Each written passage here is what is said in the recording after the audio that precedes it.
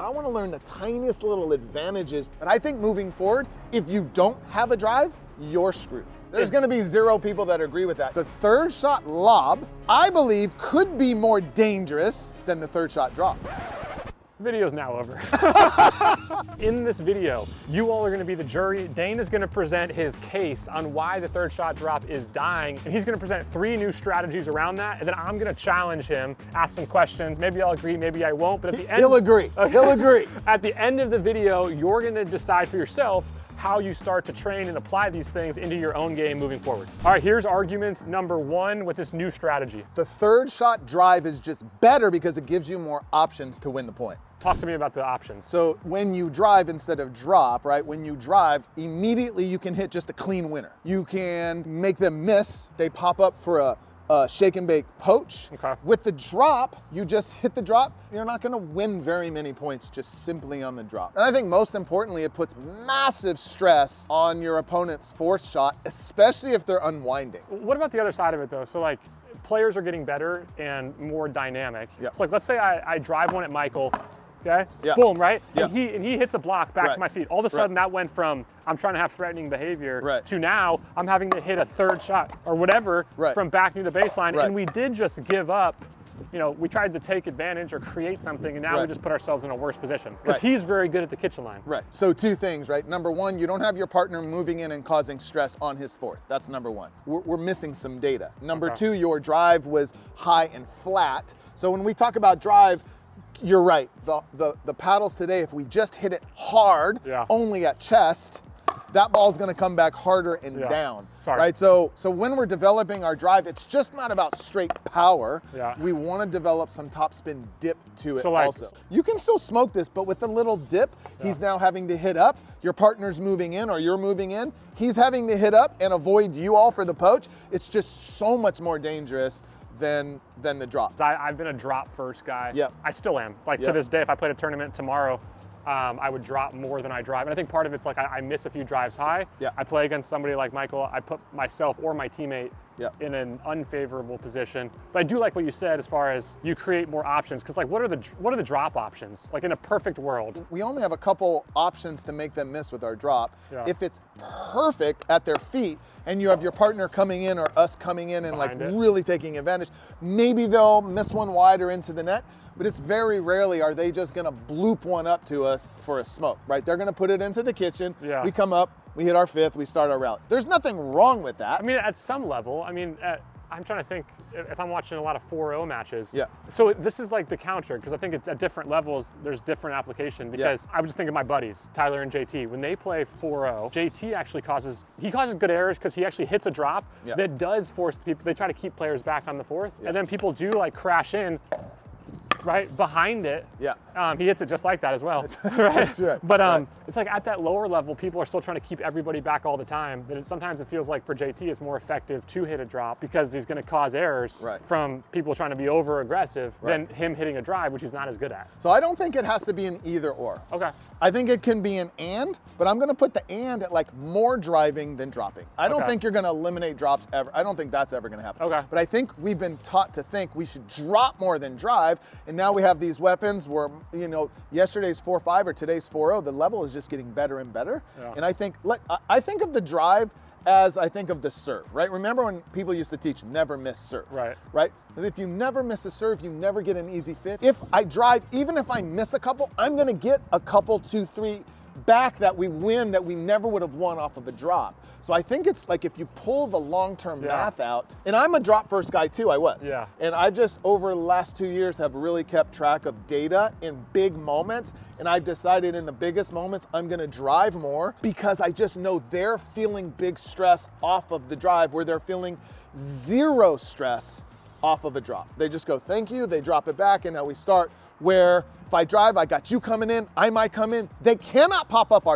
their fourth now. Yeah. Right? Right. And it's a lot easier to pop up a fourth off of a good drive than you're not going to get a pop up off of a good drop very often. If somebody's watching this and their drive sucks right now, you're talking to a lot of us. Yes, yes.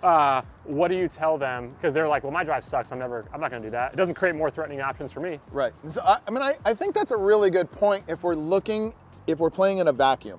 I think that's a really good point. If you're only playing one more match and you have no goals to grow and evolve in the sport, right? I think as long as you're evolving and growing in the sport, it might suck now, but how do we get stronger in the gym? We go to the gym, we rep. We can't read about push-ups, as we always say. So if your drive sucks now, first we have to agree, I think before we even rep the drive, we have to agree on the fundamental principle that the drive is more dangerous than the drop. I think if you can't get somebody to agree to that, we can't even take steps forward to improve the drive. Yeah, I do agree though that the drive creates more possibility and threats than just hitting a drop. Only. Yeah, and I think to me also, like if all things being equal, if my drop is just the same quality as my drive, then, and I think that's maybe how you have to evaluate from a fundamental place, is you can't be like, all the what ifs, because there's quite a few, and you still have to evaluate, but if my drop's the same as my drive, the drive is probably gonna win you more points. Maybe not immediately off the first ball, but will win you more points in the long run because of the long-term threat. Yeah. How about this? You started something. If your drive is not good as your drop, we must improve our drive. Yeah. In today's game, 2025 and beyond, you must have a drive. If your drive is better than your drop, I don't think you have to make your drop better. I think we can go play an entire tournament with almost hitting 80% drives. Oh! That was, if you believe. You agree?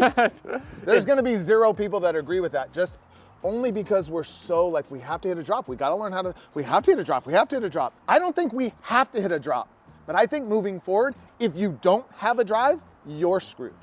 Here's argument number 2, or the new strategy. The drive, followed up by a 5th drop, offers a really nice balance between offense and power and control. More language you'll hear is like the 3rd, 5th. That's common language that I think higher level players use. And so when we're talking about a drive drop, I think most people are taught and they think about it as separate entities, as separate shots. And what I want to start teaching and talking about is the 3rd drive into the 5th drop is one move. Yeah. Does that make sense? Yeah. So because if we separate them, then we're gonna have, especially in big moments, have this extra pause and time to think, drive, okay, then, and drop versus just drive, drop. And maybe that drive drops turns into, because they popped it up, drive, drive, right? And so if we're thinking of them separately, we might miss that drive, drive opportunity, right? Because we've kind of hit pause after our drive. So if we connect 3rd and 5th, then we're kind of like exploding through the kitchen with an option to stay aggressive and offensive. Yeah, the word you talked at the beginning, like offense and control. Offense and control, and a nice little mix and balance between the power and offense and the control of the drop. So you get both at once. I hate to say this, but I really like that. But I do remember when I first started playing about that, I used to only think of offense or control. Or when I would hit the drive, right, I would drive it, and then you're right, I would be like mentally not prepared for the 5th, because you're so physically aggressive in that shot, where you're like, I'm gonna hit this as hard as I can, which one, spin it more than straight power, those are harder. But it really is interesting, like I've never thought of it, or I hadn't thought of it for so long as one thing. And when I started realizing, I'm never going to expect a miss. I'm gonna hit it, and if they miss, good. But I'm gonna expect, AKA, like making the 3rd and the 5th one thing. You know, that's when I really got better at that situation. So I don't even know why you're here. Let me talk some more about the 3rd. Nice meeting you. You said earlier the 80, like if your drive is good, you said, I don't know if you need to work on your drop. But this is, it's an interesting thought, because it makes me think maybe if your drive is really good, you need to work more on your 5th shot drop. Like That's a really good point, actually, because if you know that you're going to get more 5ths off of drives than clean winners or poaches. Yeah. Right? So the language that I used to you is I'm moving in as 1, and I'm going to hold for my 5th drop. So like that's the connection piece, right? So it's not drive, check it out, drop. It is move, connect them as 1, drive, hold, 5th, move. So it's all like one language. Go, move, hold, move, and there we go. So that to me is one move. That to me is the connection of 3rd and 5th. Here is the 3rd argument. This is, here we go. 3rd argument / new strategy. I actually like this one. Do you? I don't know. I don't know. This is good, but I think so. Again, this whole thing is about like taking where we are and how can we evolve into something that isn't here yet, because I believe this could be here if we start using it. The third shot lob, I believe, could be more dangerous than the third shot drop. Video's now over. Don't think of it as like, I don't know how to do it, I've never hit. AJ Kohler somewhere watching this right now. I don't. AJ's like, yes. But think of it, if you could learn how to hit a third shot topspin lob while someone's screaming in, especially in mixed, when the guy is unwinding, lobbing the woman while he, like, or, I mean, look, a lot of us, be honest, like a lot of us that are watching are older. We're not all 22-year-old phenoms like you.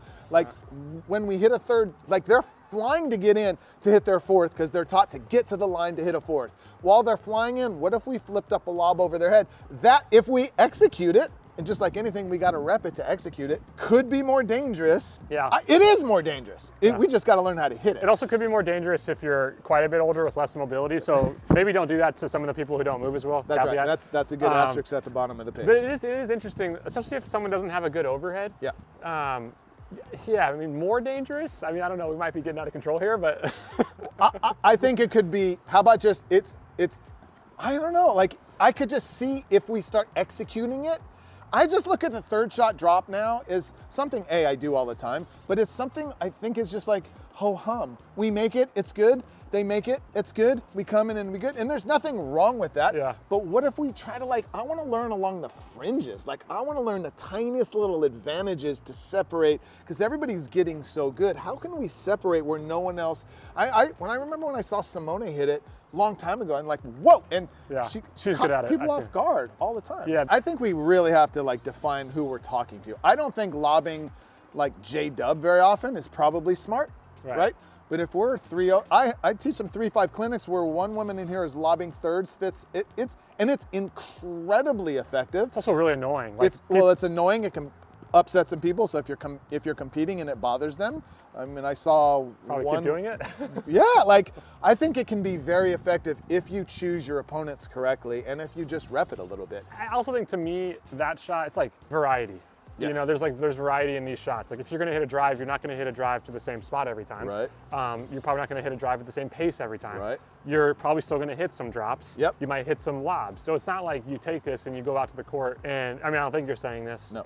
And you're going to be like, all right, every shot's going to be a third lob. Although I have played against that before, and it was actually pretty annoying and effective. My shoulder started to hurt. I mean, think of it. We have a wiffle ball. Yeah. So if you get a player on his back or on her back foot, she cannot put that ball away with a wiffle ball. Yeah, I mean, any lob, like you're right, it's the opponent's making contacts from the mid-court or farther out. Yep. It's not going to be that dangerous. Right. Because people are going to lose, they get disoriented because they're too far out, or they're overhead, they're afraid the court's not that big, right. and they're not going to blast it like a tennis ball. So how about this argument 3B? I think it is easier to get someone on their back foot than it is to hit a perfect drop roller into the kitchen on their feet. It is easier to hit this than it is to hit that, which is why, when the term banger was used, so it's just easier to drive than it is to hit a drop. And now, because these paddles and the athleticism, I think it's now becoming more dangerous. Yeah. So why can't we use the same premise and strategy with a third lob here and there? Yeah. And again, to your point, it's not either or. Yeah. It's and probably more drives than drops. The lob versus the drop, that'll be a fun. Yeah, that's another video coming soon. How about this, right? Like talking about how to set up plays. What if I chose to hit 3 lobs in a row on my third and they were pretty good? What's my opponent going to do at the kitchen? He or she is going to naturally take a step or two back to anticipate my lob, which will then open up a drive or a hybrid drive. I mean, there's so many things that we can do. So we're not just saying, just lob for the point of lobbing, just drop for the point of dropping, and just drive to drive. Like all of these can set up one another. All of them can set the other one up. Out of this video, if you were to give somebody 1 to 2 applicable takeaways, what should they go do when they play tomorrow based on what we talked about in this video? There is no one way. Yeah. And so I am by no means saying you have to drive every ball or you have to drive. Of course not. But I think we need to start thinking in terms of what's the game is evolving to. I know you asked for applicable skills, but I think again, I go to the mindset first. Yeah. We have to understand that there is no right way. If your superpower is dropping, for example, and you're playing it, you should be dropping a lot. but with the idea and understanding that the game's getting quicker. I see it in my park courts, I see it in the tournaments that I'm playing, the game's getting quicker. I might want to look into more driving opportunities for all the reasons that we gave. Yeah. If your superpower is heavy drives and spins and you have somebody telling you, no, you got to be soft, soft, soft, I think you need to lean into the drive as much as you can, right? And I think just being open to, there is no perfect way, but there are trends that are coming, and we probably want to be open to what those trends are and see if we can learn some way to stay ahead of the curve, right? And so when our peers or our opponents are like learning it today, we've already learned it and we're ahead and we're moving on to the next thing. I think it's way more of I think this conversation's kind of turned into like way more of a mental game understanding than actually the physical. Yeah. Man, you are succinct. What? Let's go! Hey, thanks for watching that video. If you enjoyed it, you might also like the book that Dayne wrote with Joe Martin called Pickleball Mindset. It's a fantastic read. I'll leave the link in the description below. Also, I created something cool called the Pickleball IQ test. You can take it at ThatPickleballTest.com, which will basically test your knowledge of the game. 10 questions, no one gets 10 out of 10. I dare you to try. And finally, if you want to keep going and watch another video, check out this one, 5 mental mistakes destroying your game. It will help you on court the next time you play. All right, see ya.